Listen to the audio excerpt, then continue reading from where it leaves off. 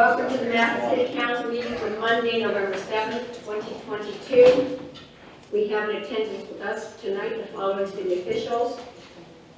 Mayor Kathy Perry. Good evening. Safety Service Director Barb Sylvester. Present. Chief Deputy Auditor Stephanie Myers. Present. Law Director Justin Richard. Present. Assistant Law Director Edmund Mack. Present. Chief Counsel Tim Perro. Present.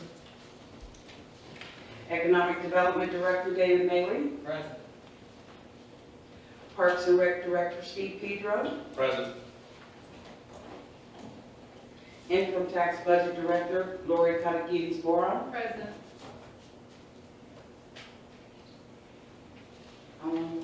Let's see, I see Parks and Rec Board Member Ted Schertiger. Present. Is there anyone from administration that I missed? That's it, Madam President. Thank you and welcome to everyone in attendance. Under number 5 on the agenda, where anyone from the audience can come forward and speak on any topic that doesn't appear on tonight's agenda. And then again, under number 17 is where anyone from the public can speak on any topic that did not appear on tonight's agenda. I'd like to ask anyone in the audience and council, please mute your phones, turn the vibrator, turn them off, so it doesn't interfere with the council minutes. Roll call. Kramer. Present. Gray. Here. Harvick Smith. Here. Kern King. Here. Lewis. Present. Lombardi. Here. Sloots. Here. Sneed. Here. Deal. Here. 9 present, Madam President. Thank you, all present and accounted for. Councilman Harvick Smith. Everyone, please join me in saying the Lord's Prayer, followed by the Pledge of Allegiance. Our Father, who art in heaven, hallowed be thy name. Thy kingdom come, thy will be done, on earth as it is in heaven. Give us this day our daily bread, and forgive us our trespasses, as we forgive those who trespass against us.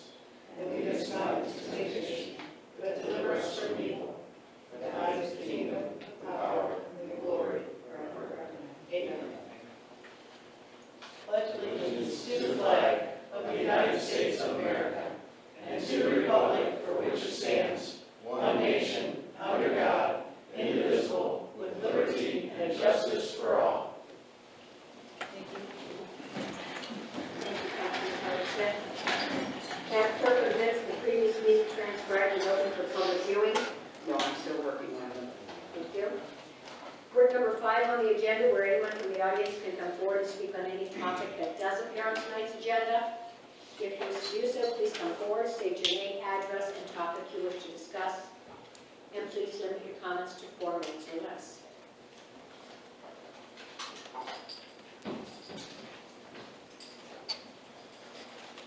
Gail Dancy, 2014 Tennyson Avenue Northeast. I have a question, and I can't remember if this is where you answer questions, but it's on the agenda about the EEO officer of civil service. That's on tonight's agenda. And I just had a question. When was the last time we even had an EEO officer? This is not a question. This is not, okay. Well, that's my question. I really would like to find out when the last time we had an EEO officer and what the purpose of an EEO officer is. Maybe at the end of the meeting, someone from administration can help you. Thank you. Thank you. Anyone else?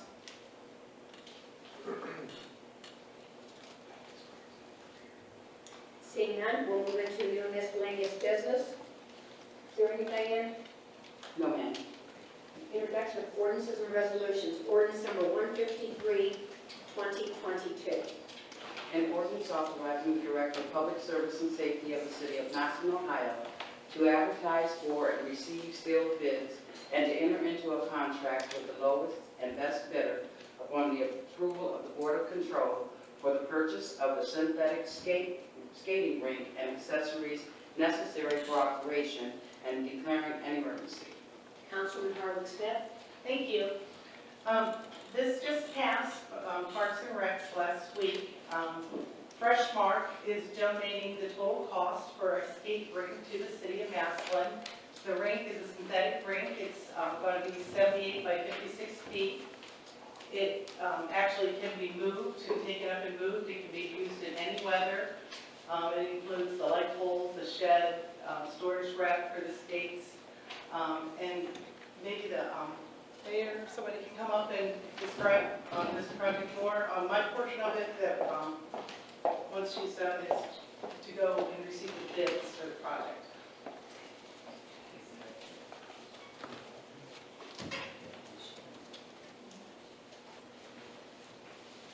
Good evening, Madam President, members of council.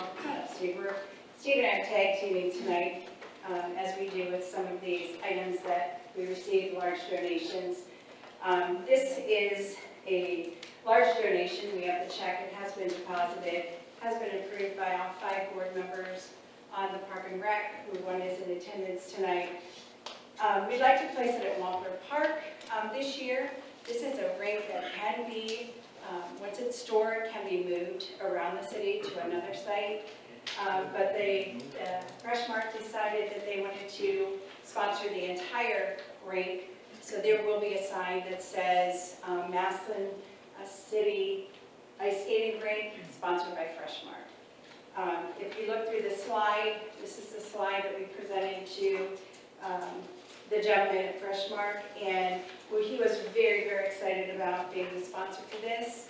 And within 2 weeks, we're at a check, and we were able to take it to the Park and Rec Board for approval, and now we're bringing it to City Council. Any questions? Thank you. Did anybody have any questions? Councilman Lewis? I'll just ask a question that everybody's going to want to know. Maintenance and upkeep moving forward. Do we have a projection of cost and how we will manage that?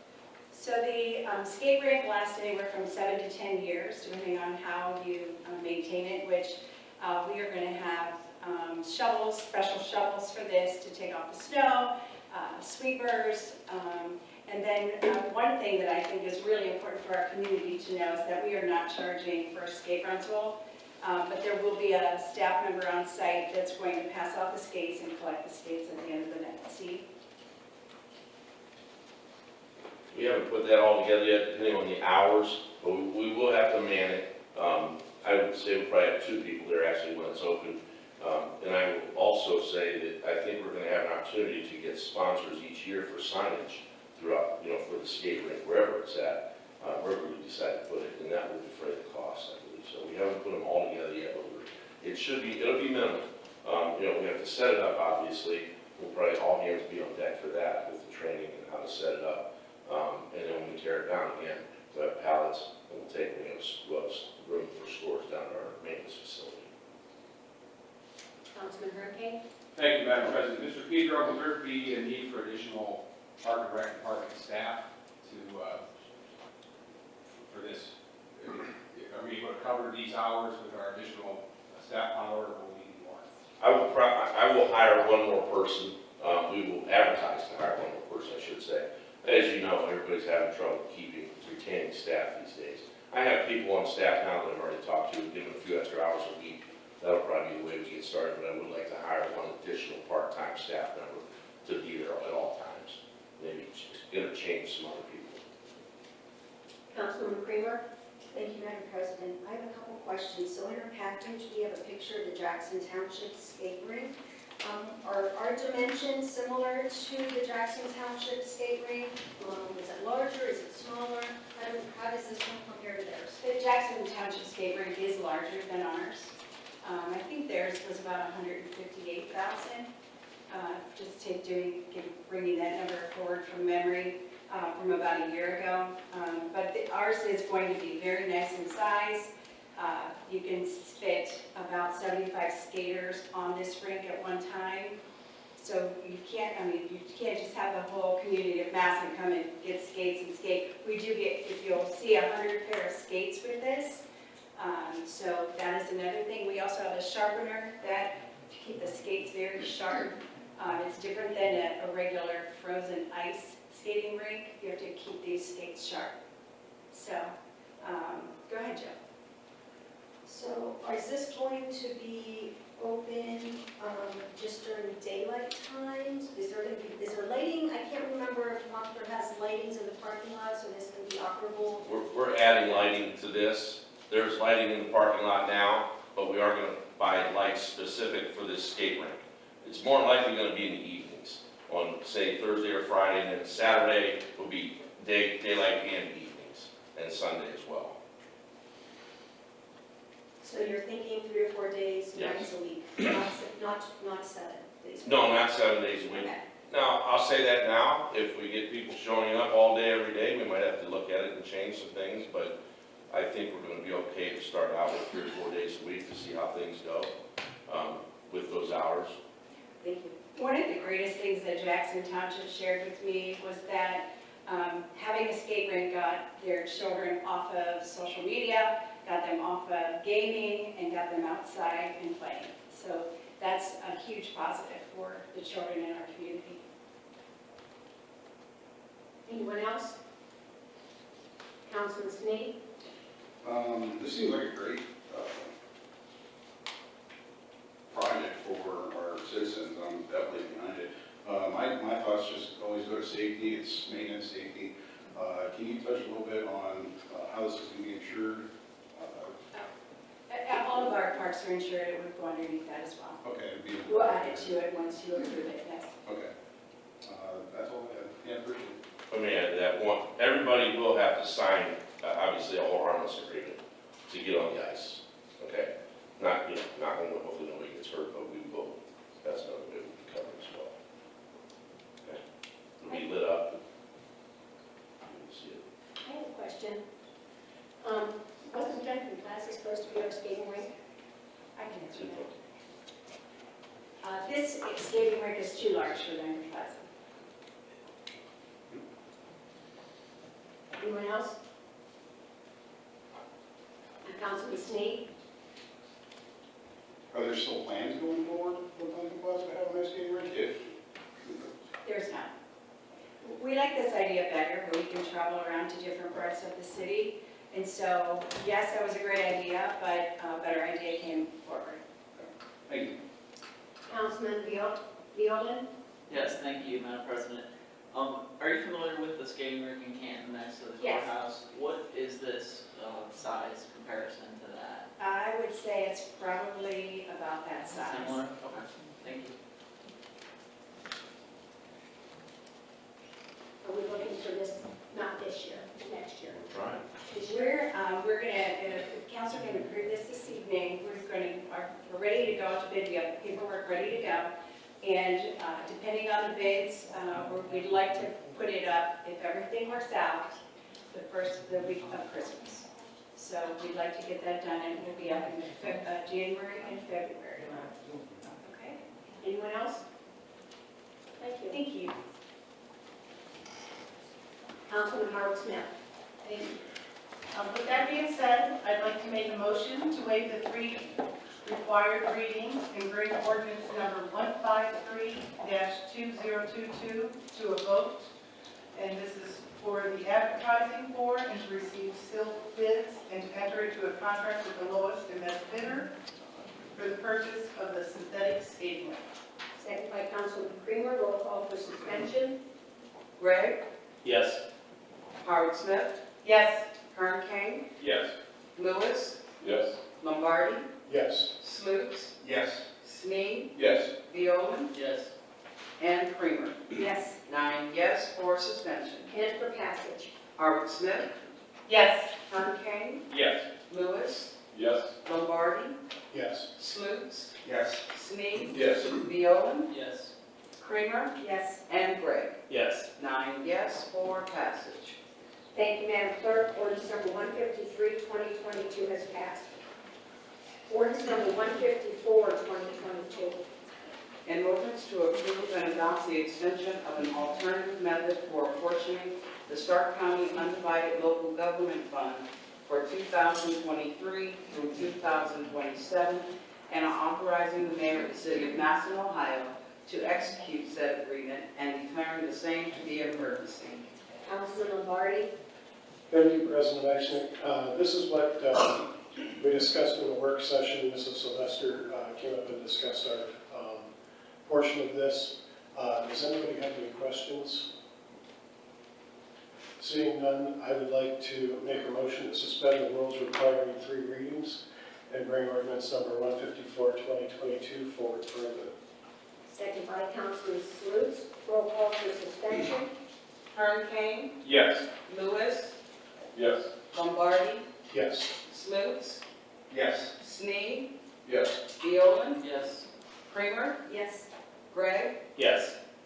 and Howard Smith. Yes. 9 yes for suspension. And for passage. Lewis, Yes.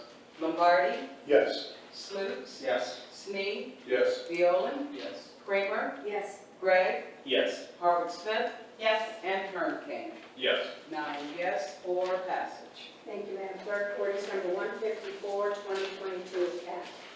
Ordinance number 155, 2022. An ordinance amending section 2B occupation list of class titles of ordinance 127, 1997 by separating the positions of civil service administrator and equal employment opportunity officer as merged by the enactment of ordinance 93-2018, reclassifying and enacting an increase to the class grade pay schedule for the position of the civil service administrator under 150 Civil Service Commission, reestablishing and creating the 175 Human Resources Department, reestablishing and creating the position of Equal Employment Opportunity Officer, and establishing the class grade pay schedule for said position within the 175 Human Resources Department, repealing ordinance number 93-2018 in its entirety in the city of Massillon, Ohio, and declaring the same to be an emergency. Councilman Gregg? Thank you, Madam President. We had some discussion on this in our last work session, and I believe more discussion needs to be had, so we'll give this first reading. Thank you. Ordinance number 155, 2022 has received first reading. Ordinance number 156, 2022. An ordinance authorizing the Director of Public Service and Safety of the City of Massillon, Ohio, to advertise for and receive sealed bids and to enter into a contract with the lowest and best bidder upon the approval of the Board of Control for the Diamond Court Improvement Project and declaring an emergency.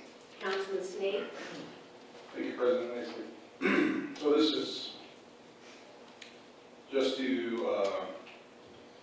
accept and advertise for sealed bids totaling $160,000. Are there any questions for the Diamond Court Improvement Project?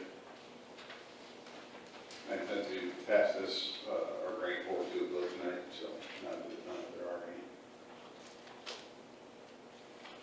All right, I'd like to make a motion that we waive the rules requiring 3 readings and bring ordinance number 156-2022 forward for a vote.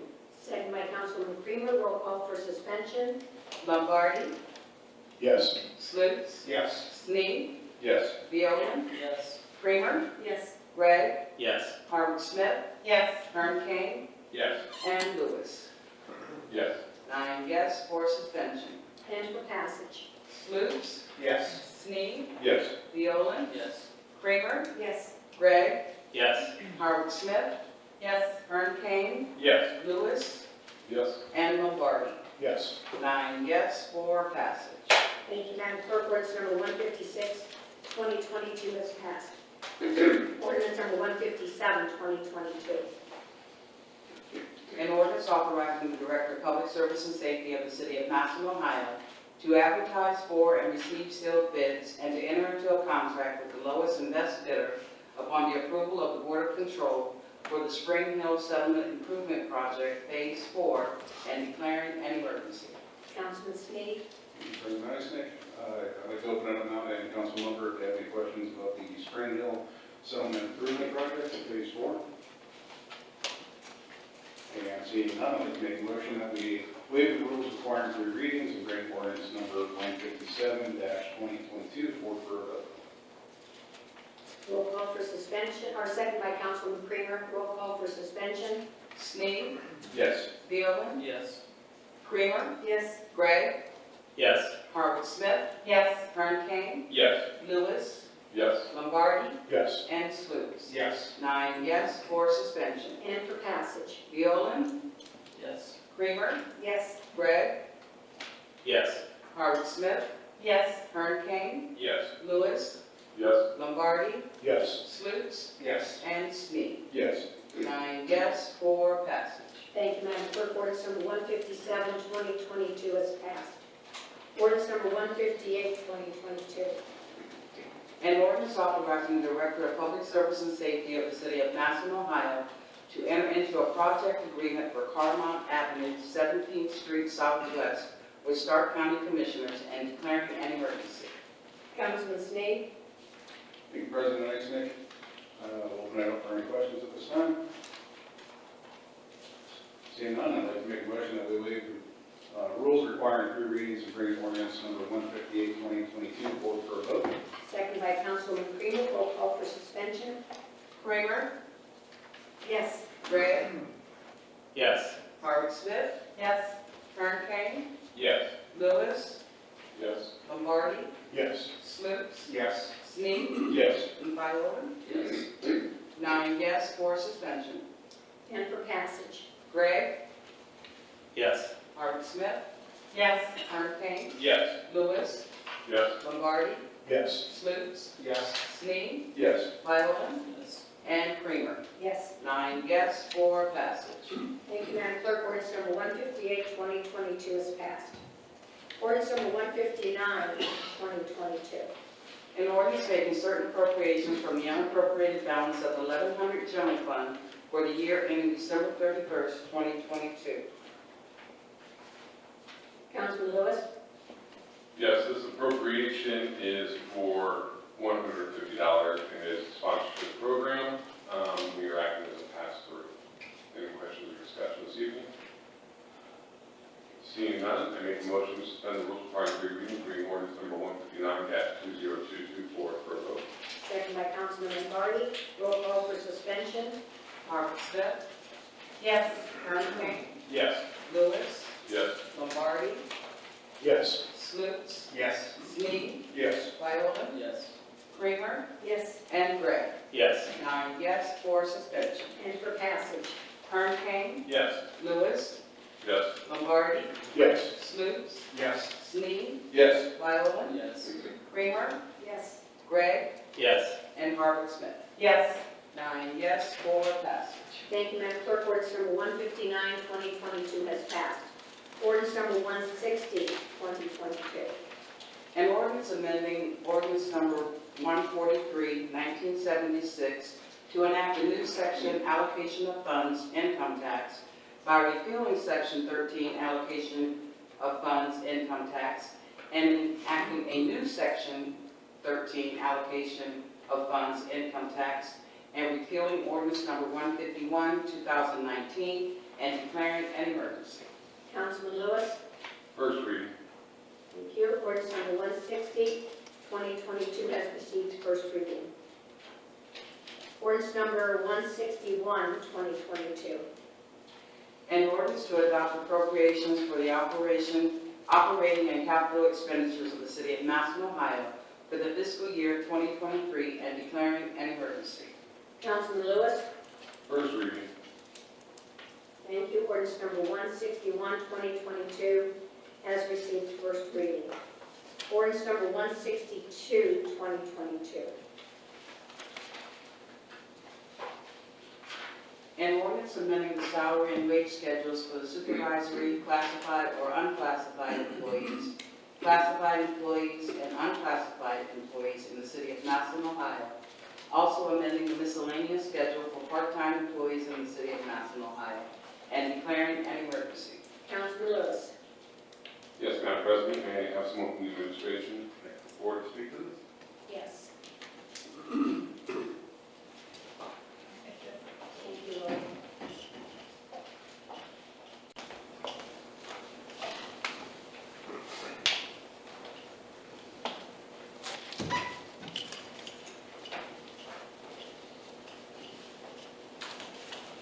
Good evening, Council. Thank you. Could you please just give us a summary of this ordinance? 162-2022 is the 3% cost of living raise for employees.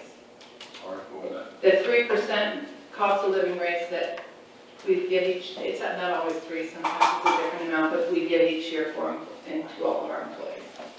and to verify the proposed budget that has been brought forth is including this. Yes, it is. Does anyone else have any questions? And there's no need necessarily to have this maybe let it go hand in hand with the budget, is that correct? That's what I anticipated, so yes. Thank you. Thank you. Councilman Lewis? First reading. Thank you. Ordinance number 162, 2022 has received first reading. Ordinance number 163, 2022. An ordinance authorizing the Massillon Recreation Board to accept a donation from Freshmark on behalf of the Massillon Park and Recreation Department and declaring an emergency. Councilman Lewis? Yes, this is the accepting of the gift and fresh mark associated with ordinance number 153 that we discussed earlier this evening. Are there any further questions or discussions? Seeing none, I make a motion we suspend the rules requiring three readings, bring ordinance number 163-20224 for a vote. Second by Councilman Gregg. Roll call for suspension. Lewis, Yes. Lombardi, Yes. Sluse, Yes. Snead, Yes. Viola, Yes. Creamer, Yes. Gregg, Yes. Howard Smith, Yes. and Herb King. Yes. 9 yes for suspension. And for passage. Lombardi, Yes. Sluse, Yes. Snead, Yes. Viola, Yes. Creamer, Yes. Gregg, Yes. Howard Smith, Yes. Herb King, Yes. and Lewis. Yes. 9 yes for passage. Thank you, Madam Clerk. Ordinance number 163, 2022 has passed. Resolution number 14, 2022. A resolution reversing the decision of the Massillon Board of Zoning Appeals in the variance case number 2022-16. Councilman Creamer? Thank you, Madam President. As stated, this resolution is a request to reverse the decision of the Massillon Board of Zoning Appeals, which was made on October 13th, 2022. The appeal of the decision was filed with the clerk of council on October 14th, 2022. The dimensions of this structure are 26 feet by 40 feet, which is a detached garage in the rear yard of parcel number 619373. The Massillon Board of Zoning Appeals also allowed for a variance for the structure with a height of 17 feet 16 inches, whereas the legal limit is 14 feet. This structure is located in Ward 1 at 843 Sheffield Avenue, Northeast Massillon, Ohio. I'd like to ask Assistant Law Director Annette to come forward and give us a background on this.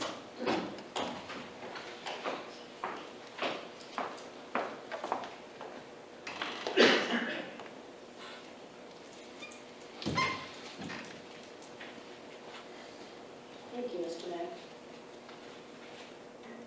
Thank you, Madam President. Thank you, Chairwoman.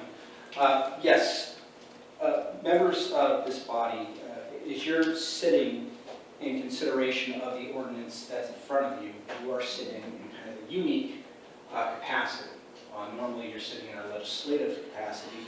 You are making a ruling on this in a quasi-judicial capacity, right? And so when you determine whether the Board of Zoning Appeals decision should be overturned, which is certainly within your prerogative to do, the law requires you to focus on certain factors when making your determination. And with the Chairwoman's permission, I just kind of explain what those factors are, and certainly how this board, or excuse me, how this council applies those factors in ruling on the ordinance in front of you. That's your prerogative. But our job as the law department is simply to help you and make sure whatever you decide is ultimately affirmed should there be anybody that looks at it later.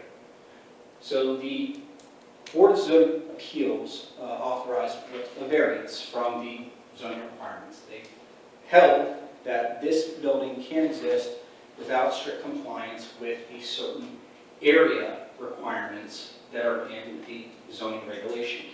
And so this is what's called an area variance. And for an area variance, the ordinances in the city of Massillon and the case law from the Ohio Supreme Court require the applicant, the person who applied for the variance, to establish that they have, quote, practical difficulties in complying with the zoning regulations as written. And so determining whether sufficient practical difficulties exist to authorize the variance, or in this case, in sitting as an appellate tribunal for the Board of Zoning Appeals, there's certain factors that the courts encourage this council and the BZA to apply. And these are called the Duncan factors. And I'll just kind of list those off, and then if there's any questions, I'll be happy to answer them. And then I'd ask you to apply these factors when making a determination on the BZA's decision. So the Duncan factors, it's a non-exclusive list of factors to consider when determining whether a property owner has encountered practical difficulties in the use of their properties. Factor number one, whether the property in question will yield a reasonable return, or whether there can be a beneficial use of the property without the variance. Number two, whether the variance is substantial. Number three, whether the essential character of the neighborhood would be substantially altered, or whether adjoining properties would suffer substantial detriment as a result of the variance. Number four, whether the variance would adversely affect the delivery of governmental services such as water, sewer, or garbage. Number five, whether the property owner purchased the property with knowledge of the zoning restrictions. Number six, whether the property owner's predicament feasibly can be obviated through some other method than a variance. And number seven, whether the spirit and intent behind the zoning requirement would be observed and substantial justice done by granting the variance. And so that was the standard that was applied to the BZA, and it's, sitting as the first round of appeals, I'm going to ask you to apply those factors when determining this ordinance. And if there are any questions. Councilwoman Harwood Smith? So if we were to agree with the board, let me back up a minute. So these variances, as you're putting them forth, for the area variance, it was kind of in hindsight because he didn't pursue or get permits for anything. If we reverse the decision, what happens then? He has to tear it down? I mean, I feel like this puts us in a huge dilemma. I really wish they could just, I feel like he did everything wrong, but then it's like to tear it down too, it's like a dilemma for him. And, I don't know if we need to have a public hearing to hear how the neighbors feel, but our decision, what happens if we do not agree with it and we reverse the decision? If the decision is reversed, and I believe that it would be 3/4, I want to check that when I get back to my seat there. If 3/4 of this council agree to reverse the BZA, then the variance is not issued, then the structure is in violation of the zoning ordinances. There can be then a demolition order that would be issued by the zoning inspector because of the violation of the zoning code. Yes. As far as the applicants, Richard and Charlene Wiley, who brought this forward, who are the neighbors to the back of the property, who have to look at the structure every day, is there any, we have no way, because we're not a court, so is there any way for them to seek, like loss of damages or anything, or? That would be a private, as you just intimated, a private claim between the two owners, whether they could obtain economic damages or some kind of economic relief as a result of a violation of the zoning ordinances. I would be surprised, but I'd be hesitant to advise them one way or another as to what their rights would be as private litigants. All right, thank you. Councilman Deolin? Thank you, President. Mr. Mack, did the Board of Zoning Appeals come to any conclusions of law with regard to the Duncan factors? What was weighted more heavily, or give any explanations as to how they applied that to this situation? They certainly applied Duncan factors, and that's in the minutes that are, I believe, part of the materials in reaching their decision. I can't speak for each individual member as to what their specific rationale was, but I know that certain factors were weighed more heavily than others, as they're permitted to do under the Duncan case law. And I think this is a unique case where perhaps that was appropriate. But to answer your question, yes, conclusions were reached, the factors were certainly applied, and this council agrees with it. On applying the same factors, the same evidence, or the evidence that appears in the evidence brought. Thank you. Anyone else?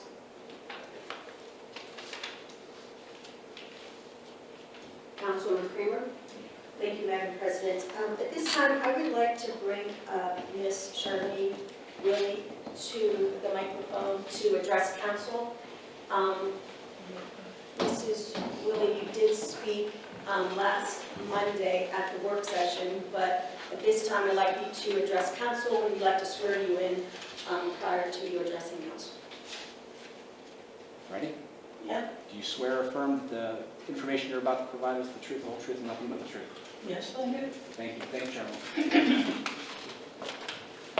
Now I feel like I should have brought an attorney. Well, I've told you all before, the building's obnoxious. And it's too big, it's too tall, it takes up almost his whole backyard. He got no permits, nothing. And Mr. Smith is not a stranger to getting permits. You all know that. He's a businessman. He brags that his property has, benefited from this. Mine hasn't. Because when you're walking my yard, all you see is this huge building. It's huge. There's nothing that can be done to make it look okay. You don't have room to plant no trees or anything. He's 3 foot off the property line, which is fine.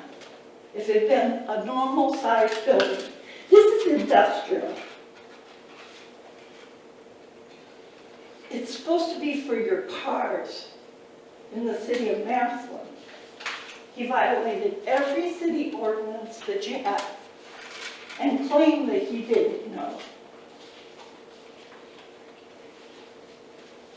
I've been lied to. Kevin's been defended by code enforcement. They've made up excuses for him. You've all read it. It was all in the minutes. And I'm left looking at a monstrous industrial building. I live in the city, not in some industrial park. The building's too big. Now, it can be taken apart and made to fit, and I'll be fine with it. It's a kit, it was put up, it was bolted together, Everything that they said, even when they said that he put down 12 inches of concrete, he did not put 12 inches. We're going to be lucky if it's 8. I was there when they laid the boards and everything for it and poured the concrete. I mean, it's basically, I have a patio off of my garage. It's basically 3 feet from my patio, his building. I put a lot of work into my backyard. And now it's nothing. It's up to you guys. I'm stuck with it. If you think it's okay.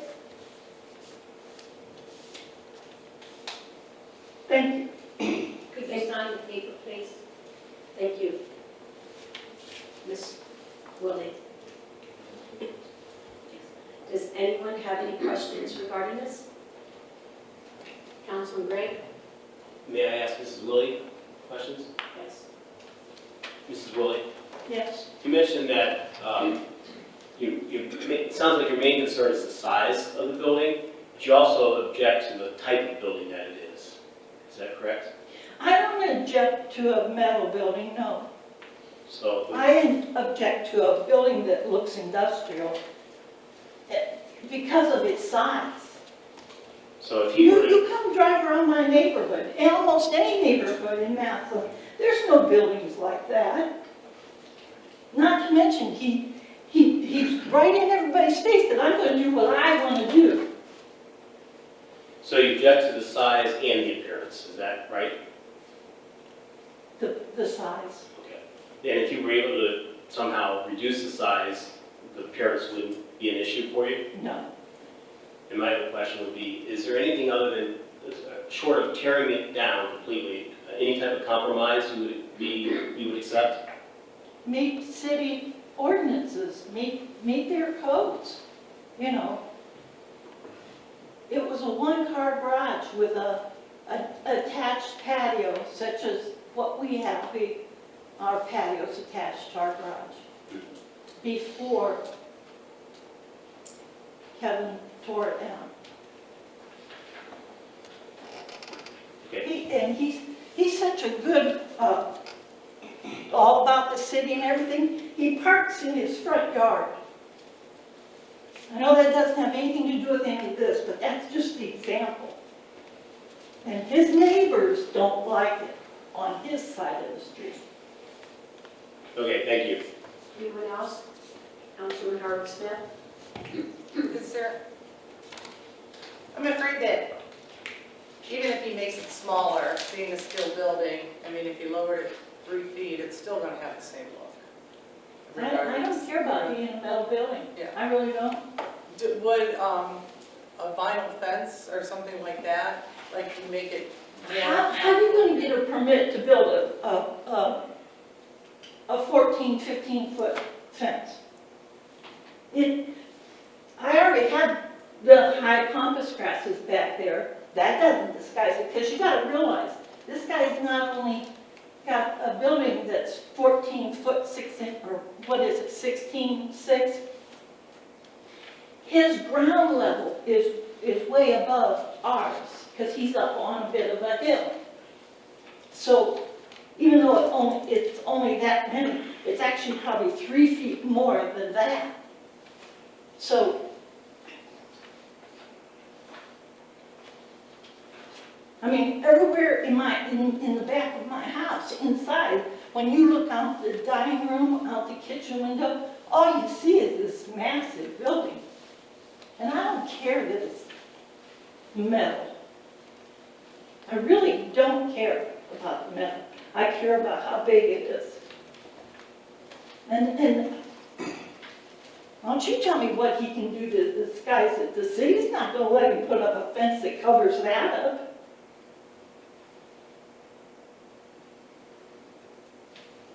Anyone else? Councilman Sneed? I'm not really sure who to direct this question at. Mr. Smith came here last week and stated that he received an email from the manufacturer stating that they did indeed apply for and receive the permits for this. Perhaps this is a law department, I'm not sure. Wouldn't the liability of tearing it down and rebuilding it to code fall on that manufacturer?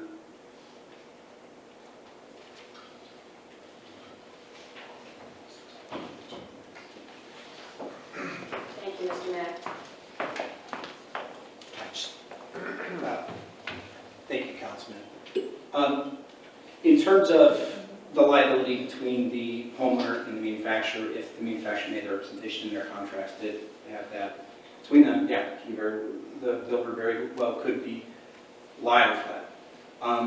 When you make your determination, though, that would be hearsay.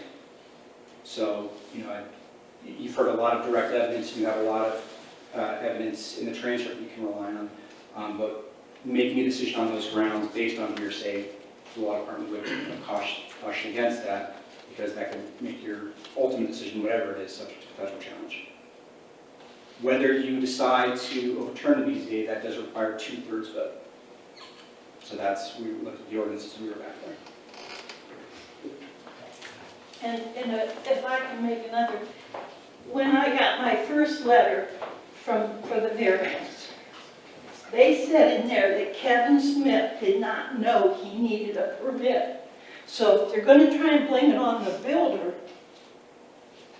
and then he comes here and he says, well, I thought the builder was supposed to get it. There's too many lies, outright lies. Anyone else? Councilman Hurricane?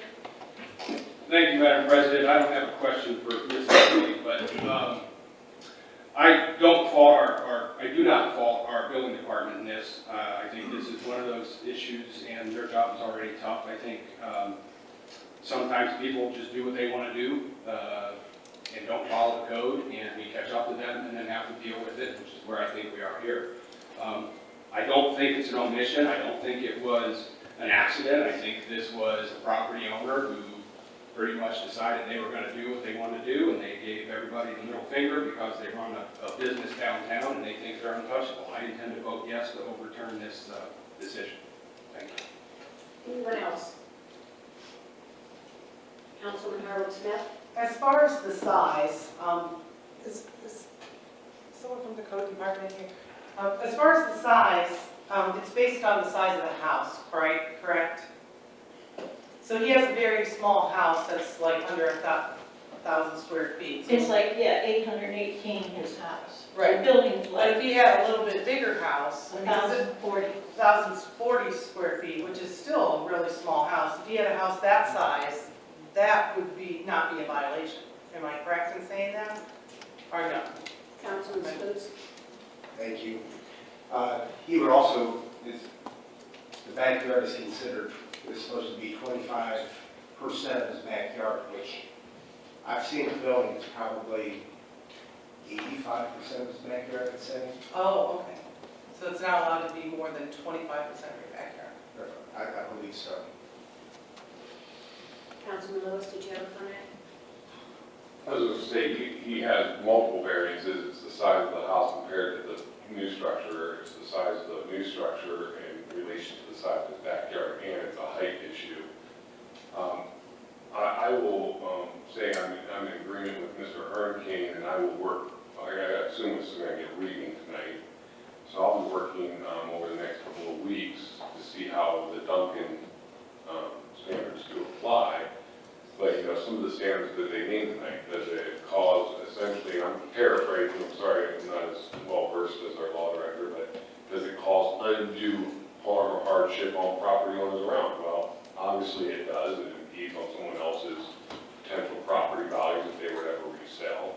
The other one, does the structure, is it necessary for the property as far as the utilization of the property, resell the property? I don't think something that large would be necessary on that property, considering every other house in that area has a much more modestly built property. And there was a few of those other Duncan things that I don't think necessarily apply, but just quickly looking through those Duncan standards and applying it to this, I don't think we'd be out of our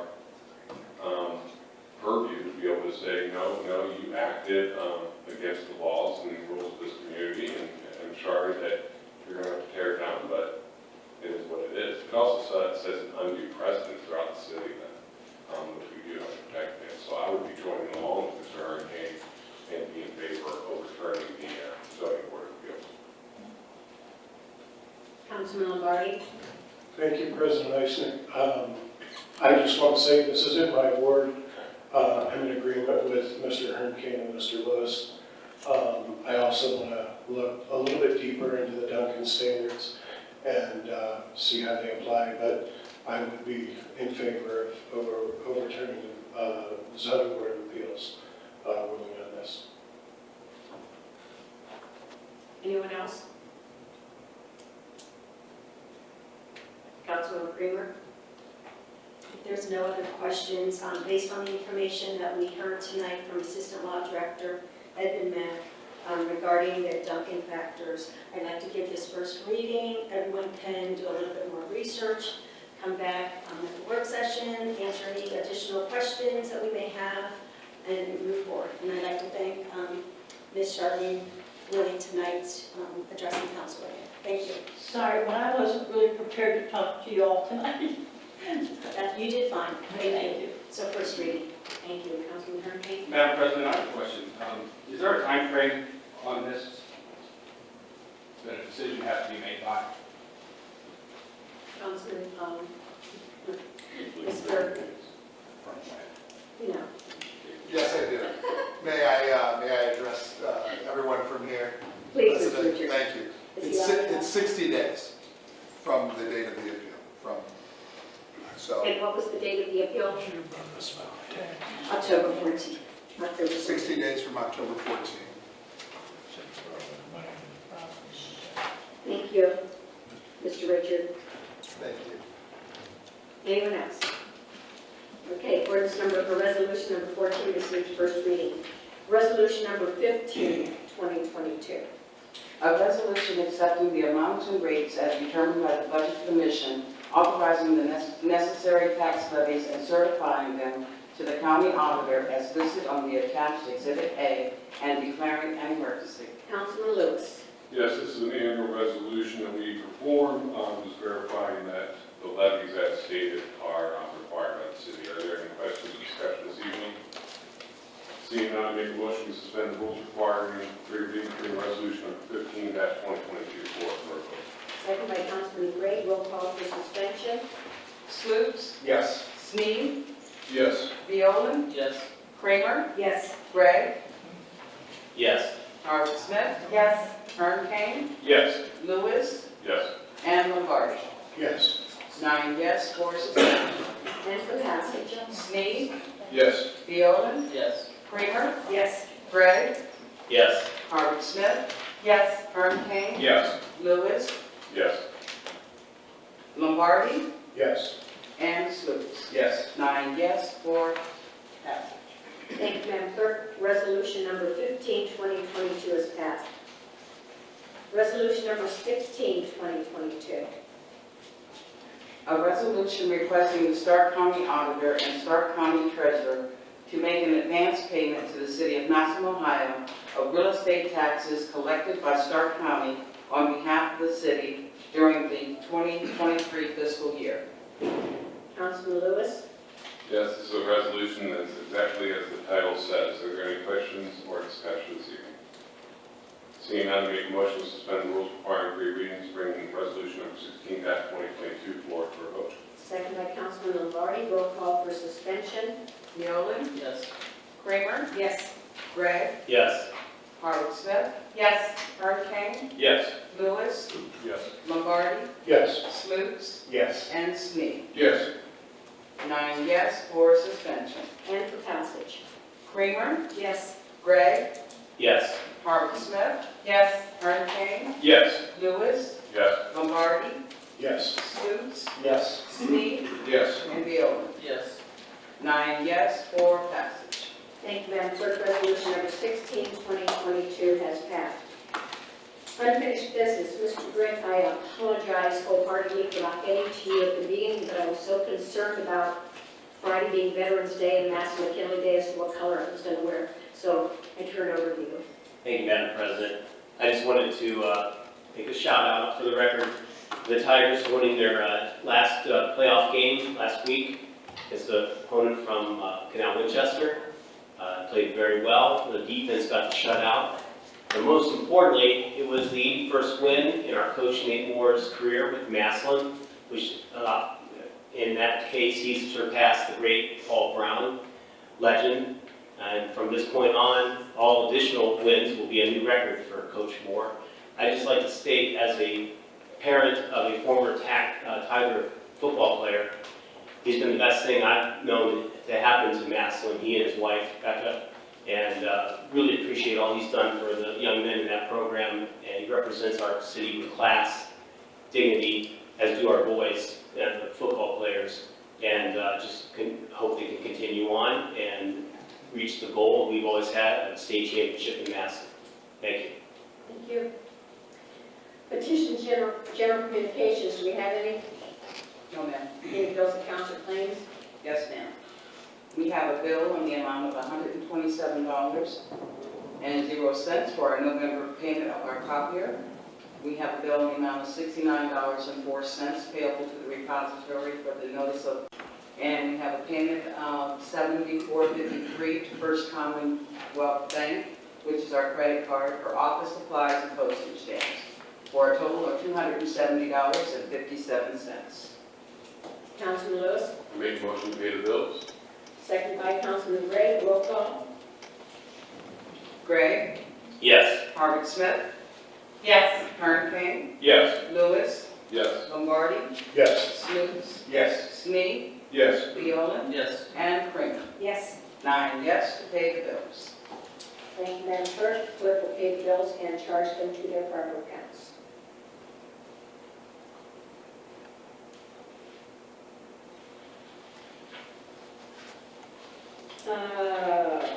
Reports of city officials. Yes, we have the treasurer's report for September 2022 and the auditor's report for October 2022. Councilman Lewis, Make a motion to approve the auditor's report. seconded by Councilman Gregg. Roll call. Howard Smith, Yes. Kern King, Yes. Lewis, Yes. Lombardi, Yes. Slutes, Yes. Snead, Yes. Viola, Yes. Creamer, Yes. Gregg, Yes. 9 yes to accept the auditor's report. Thank you, Madam Clerk. The auditor's report has been accepted. Reports of committees. Our next work session will be Monday, November 14th, 2022 at 6:30. Resolutions and requests of council members. Councilman Lombardi. Yes, Mrs. Eisnick, I would like to schedule a committee meeting for police and fire next Monday at 6, just previous to the work session. For police and fire, thank you. Thank you. Next Monday at 6, police and fire will meet. Call up the calendar, seeing none, 30. Excuse me, President. Councilman Lewis. I would like to speak to the council and have them consider, what I'd like to do is go into executive session now regarding potential litigation involving the city. So I just wanted to give you a heads up. So I guess I would like to make a motion that we go into executive session regarding potential litigation involving the city. We'd be inviting the law director and his representatives, all 9 members of council, including the president of council as well. Second by Councilman Lombardi. Roll call. Kern King, Yes. Lewis, Yes. Lombardi, Yes. Slutes, Yes. Snead, Yes. Viola, Yes. Creamer, Yes. Gregg, Yes. and Howard Smith. Yes. 9 yes to enter into executive session. Madam Clerk, we will enter into executive session.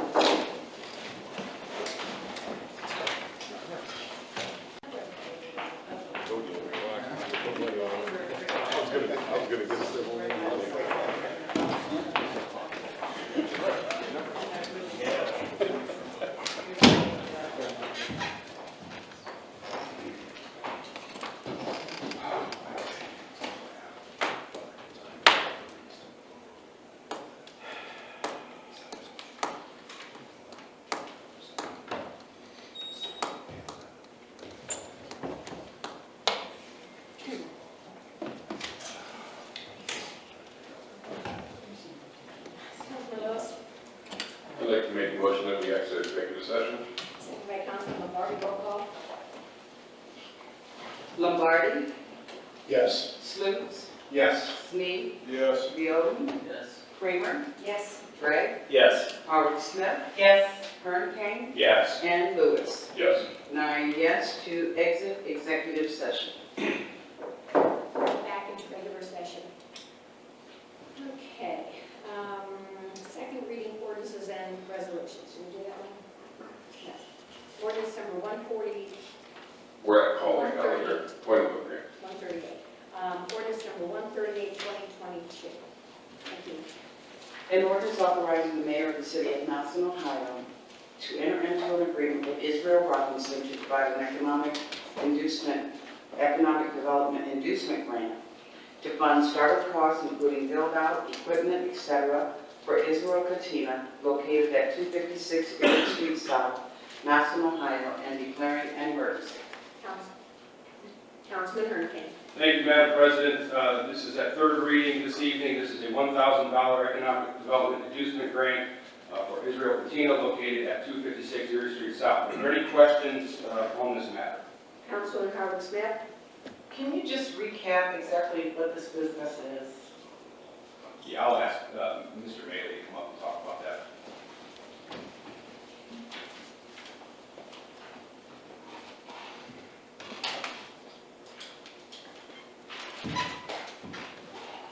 Thank you, Mr. Mayor.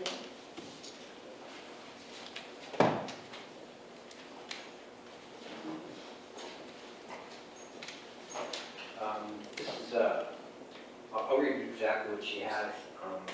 She specializes in redesigning overlook items such as walls, murals, furniture, appliances, clothing, mirrors, etc., creating unique conversational pieces that can be purchased to add special flair to anyone's home or business.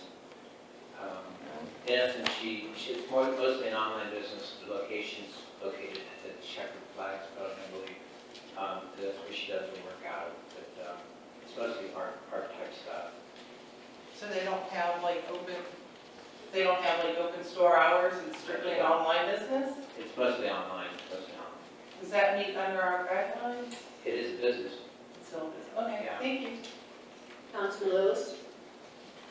I just wanted to restate, as I've said, is while I'm sure this is a lovely endeavor for this person, in my opinion, it does not meet the spirit of what economic development grant is for, which would be fostering an environment in which you have job creation and other economic endeavors being created off of this. I know the co-op situation she's in, and I think that co-op situation is great. Maybe if they all throw it together, it'd be something that individually, this is an individual person with no employees, and in business, and to have a lot of potential for employees in the near future, so I would be opposed to providing the grant. Councilman Massillon? Thank you, Madam President. So this individual is currently in the business of selling these things or recreating or decorating furniture and stuff? My impression is, yeah, that she's moved into this newer facility where she'll be working out of. I don't know if she works out of her house now or what location she works at. Do we have any idea of what kind of like income she is bringing in? Well, she states on her application annual revenue between $20,000 and $40,000. Okay, thank you. And also, I think one of the things that we looked at, in $5,000, she could go up to $2,500. That was the amount based on her score, Mr. I've already talked about before. But we did keep her down at a lower level because of some of the things that Mr. Lewis had pointed out. Also, though, I mean, I think what she's doing for creating, she is part of this new Massillon Arts Council. I think just to try to get some more artsy stuff, it is sort of downtown. I know it's not an actual necessarily retail location, but I think she is benefiting the city, and that's why we took the position of giving her some money. Anyone else? Councilman Hurricane? Madam President, this is the third reading, so I will bring ordinance number 138-2022 forward for a vote tonight. Second by Councilman Harley Smith. Roll call for passage. Sloops, No. Sneed, No. Violen, Yes. Kramer, Yes. Gregg, No. Howard Smith, Yes. Herm Kane, Yes. Lewis, No. and Lombardi. No. 5 no, 4 yes, 4 passage. Ordinance number 138-2022 has been defeated. Did you say that right? I counted Did you say 5 yes, 4 no? 5 no's and 4 yes for passage. 4 defeat?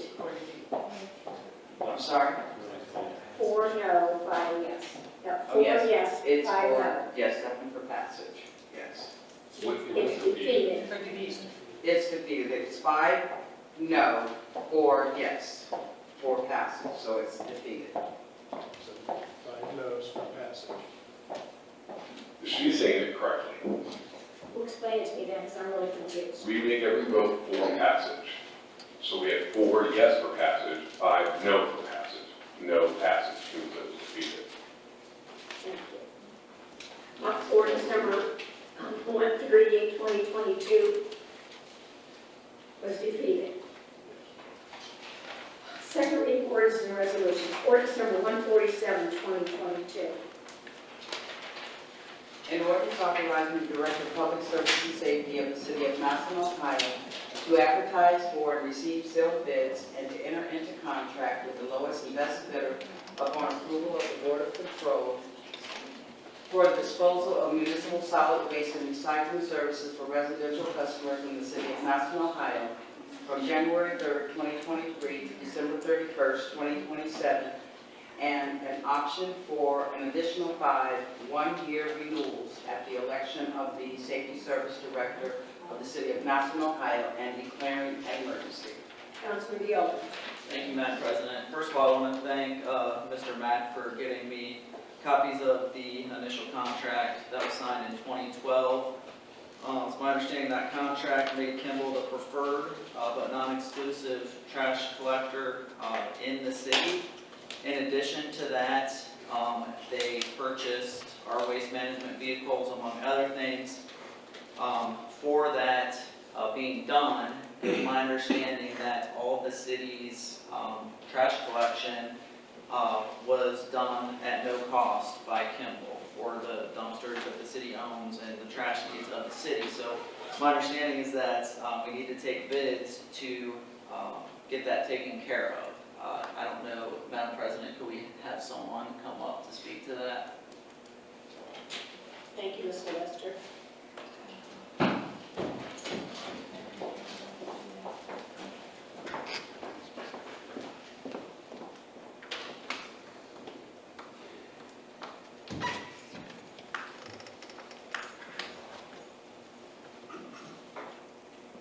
Good evening, Council. You want me to speak on behalf of this? Yeah.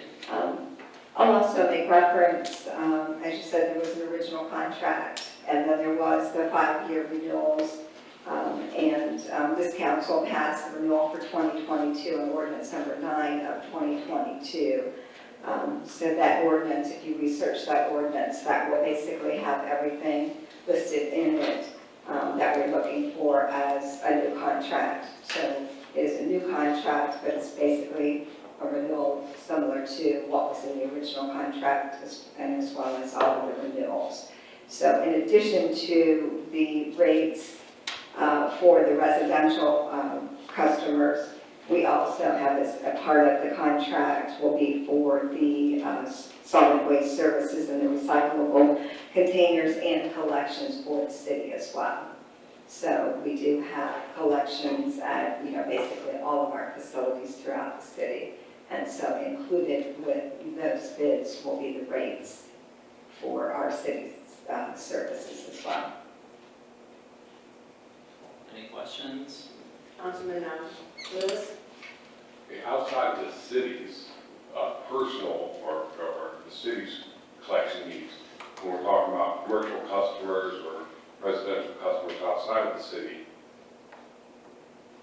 are you saying that you are trying to put out the bid that only one entity will be able to collect within the city?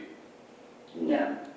So then, As the councilman said, in the law department instructed, it's not exclusive, so it will be open to anyone who chooses to. so what my argument has been since we first had this is we do not own the rights to any customers outside of ourselves personally. So what would be the bid process? What are they bidding on?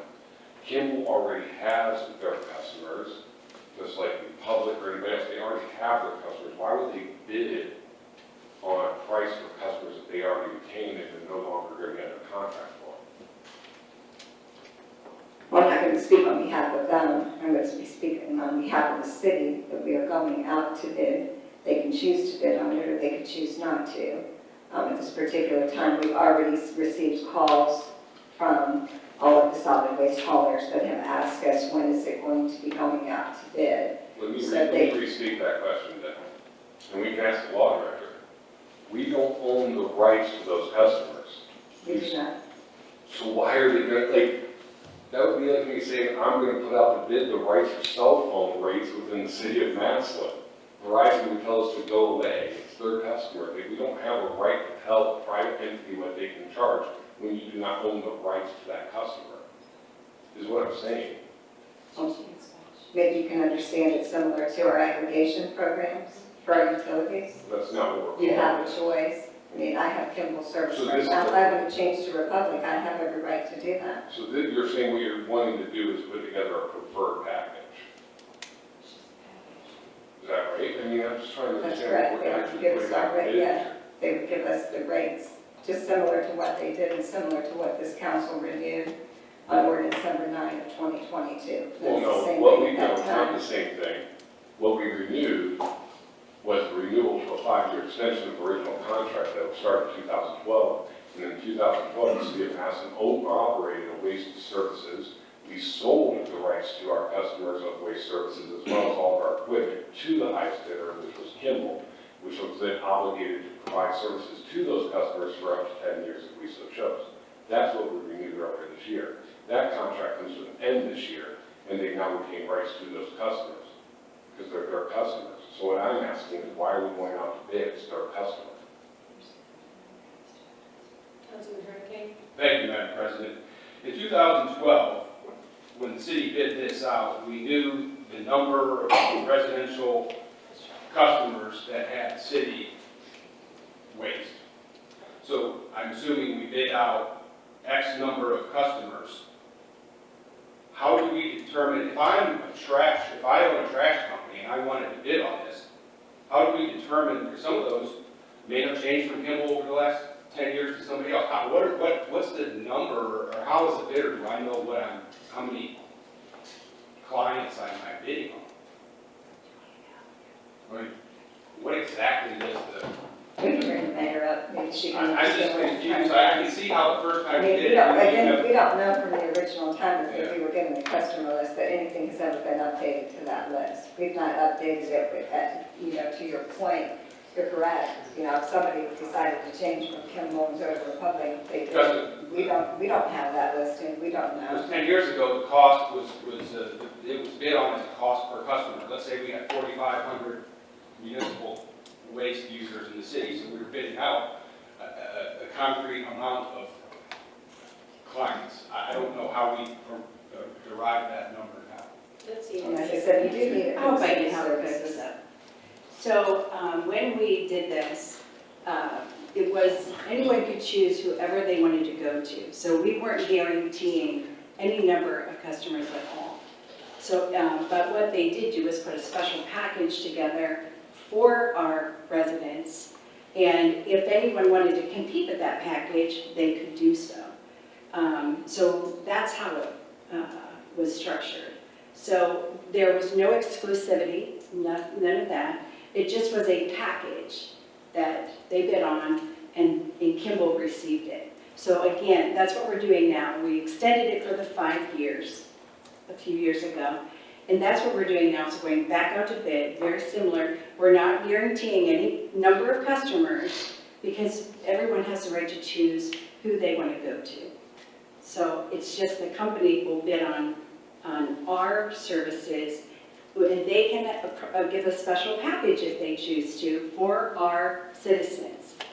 And then the other companies compete against that as well.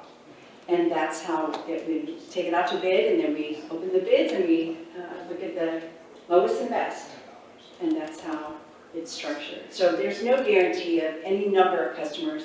Every citizen in the city of Massillon has a choice of where they want to go to for their trash services. But when you have a larger amount of people, you can provide a better package. So it's enticing for the customer, just like our aggregation, to go with that company. Okay? Councilman Wilson? I mean, there's obviously more conversation has to be happening. I don't think we get this clear tonight, because I hear a little bit what the mayor's saying there. It sounds like there might be a tie-in that you want to service the city's trash needs, and then it just seems like it's somewhat convoluted. I was here on council when we did this the first time. I was the chair of the committee you are right now, and this is something I worked on with the administration, and Mr. Meyer at the time was the safety service director, and he did a lot of groundwork to make this happen. So I distinctly remember that when Kimball came in, while people could change, there was no guarantee to Kimball, there was an understanding that they were going to transition our customers that we serve in the city into Kimball, and that people were just starting to certify Kimball at some point.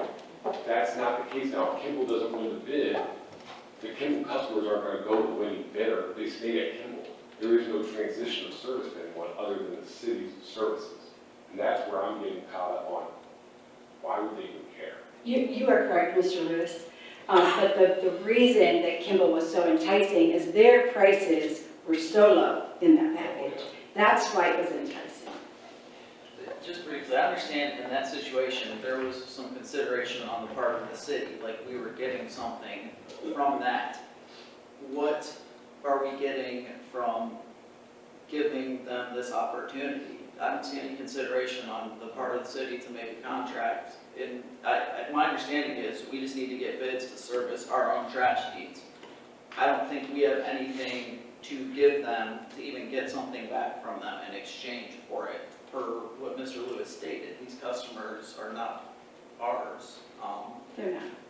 So It's what- just the package. Okay, but I guess what I'm saying is if we contracted with Kimball or one of these bidders, what is the city getting in return for that? Before, in the 2012 contract that was renewed, we got free service for all of our trash needs for the city. What are we getting now for? Mark, go ahead. Well, as you said, you realize that, we do need to have this type of service for all of our city facilities. But as well, we're looking, as the mayor said, to do something for the benefit of our residents.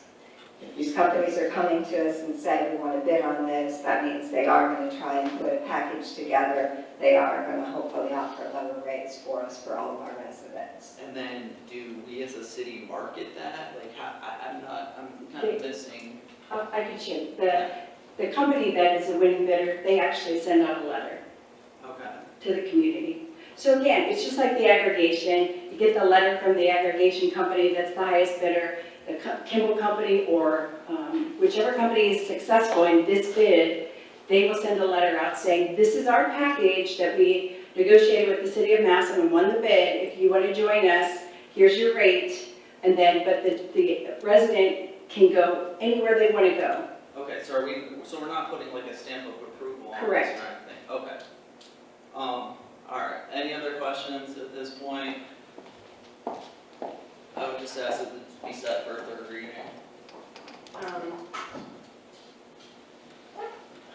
So you're giving it second reading? Yeah, second, yeah. Ordinance number 147, 2022 has received second reading. Order number 17 on the agenda, where anyone from the audience can come forward and speak on any topic that did not appear on tonight's agenda.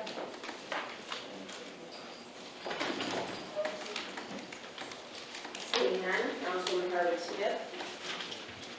I'd like to make a motion that we adjourn. Second by Councilwoman Kramer, roll call. Sneed, Yes. Keown, Yes. Kramer, Yes. Gregg, Yes. Margaret Smith, Yes. Ern King, Yes. Lewis, Yes. Lombardi, Yes. and Sluse. Yes. 9 yes to adjourn. Meeting adjourned.